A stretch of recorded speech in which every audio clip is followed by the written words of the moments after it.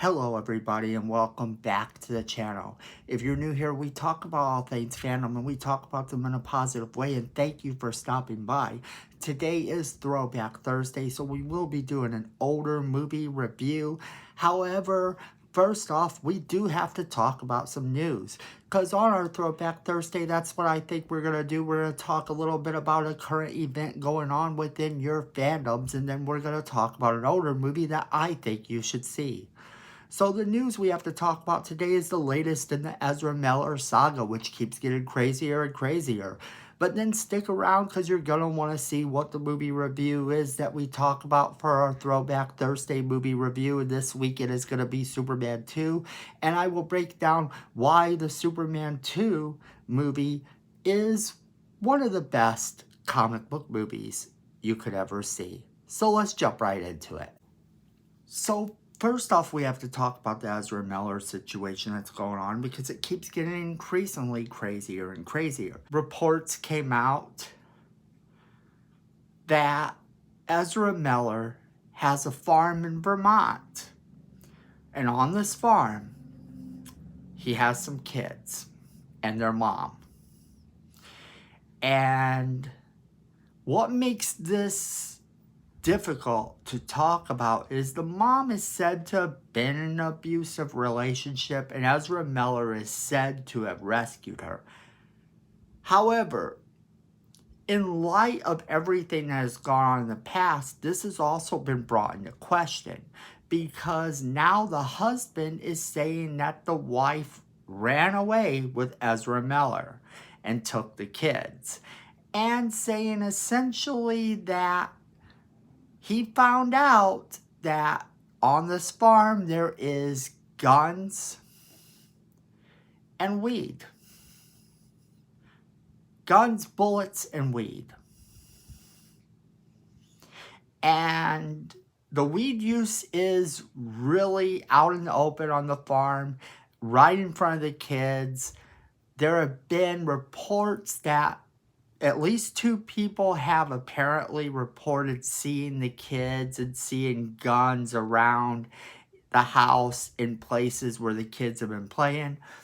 On the other hand, the wife says that, the girl that's staying with him says that it is not true that the guns are in places in the house where the kids don't go. There has been at least one report that says that one of the little kids, a little girl, I believe, actually took a bullet and put it in her mouth.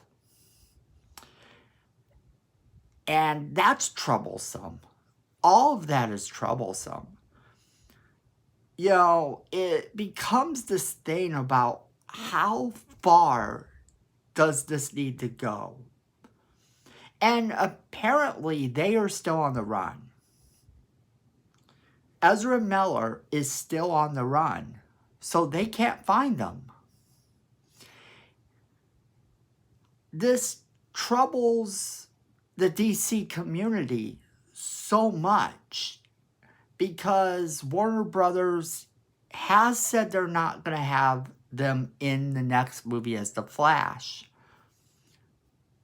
But it's starting to become such an event and such a saga in a bad way that I don't foresee them being able to put this movie out. Every day there's something new. How are fans supposed to look at this movie and determine that we can move past them and what they've done? It's getting harder and harder. How can we go forward with the Flash movie if they can't promote it? Ezra Miller can't promote this movie. You have the star of the movie that can't promote it. You have the company that can't promote it. They can run it as a Batman promotion, but that's not going to be true and accurate to what the movie is and might create a false narrative to fans. And then how much of the movie is Batman in? If you show all the good scenes with Batman, then that's also going to hurt the movie.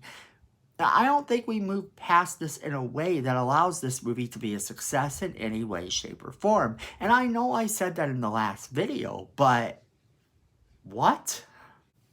So what do you guys think about that situation? Leave me a comment in the comment box and let me know what you think of the current situation going on and all of the previous accusations, and let's have a discussion about it. And then next, we have to talk about the movie that we are going to talk about. The Throwback Thursday movie review is Superman 2, made in 1980. It is a complete throwback movie. One of the movies that I saw that actually got me into DC Comics in the first place. And you could say I'm a little bit biased towards the movie because it is one of the very first movies I remember going to see. However, the movie still actually holds up today. A few of the jokes are kind of a miss because you have the whole "you can't do that anymore" scenario going on. Lex Luthor is a complete bully in the movie, but it's very light-hearted and fun, and Gene Hackman gets some of the best lines in the movie. And then you have Superman, who is just the epitome of everything that a hero should be. Superman, played by Christopher Reeve, is exactly what you remember from the comic books, in every way, shape, and form. It's always good in superhero movies to see the superhero have a challenge. You never want that challenge to be, oh no, he has to resort to murder to actually succeed. Because a true superhero doesn't necessarily have to do that. Now, you make the argument about Batman and you can make the argument about Punisher, but they are two very different types of heroes than someone like, say, Superman, who does have this Boy Scout mentality to him. So Superman, you want to see him get challenged and you want to see him lose, but then you always know he's going to come back and win and save the day, and this movie doesn't disappoint. The three supervillains, after escaping, decide to go to Earth, unbeknownst to Superman, who is discovered by Lois Lane to be Clark Kent. They go to the Fortress of Solitude, where he decides to give up his powers for her. Well, General Zod takes over the world. And on a side note, that's kind of what the plot I've heard of the new Flash movie is. General Zod kills Superman as a little kid and comes and takes over the world in current times. Okay, so could they just have stolen a better movie? No, they couldn't have. So congrats to them on taking a plot of an older movie that's probably far more superior in every way, shape, and form and doing it that way. But that's for us to decide later on if we ever do get to see this movie.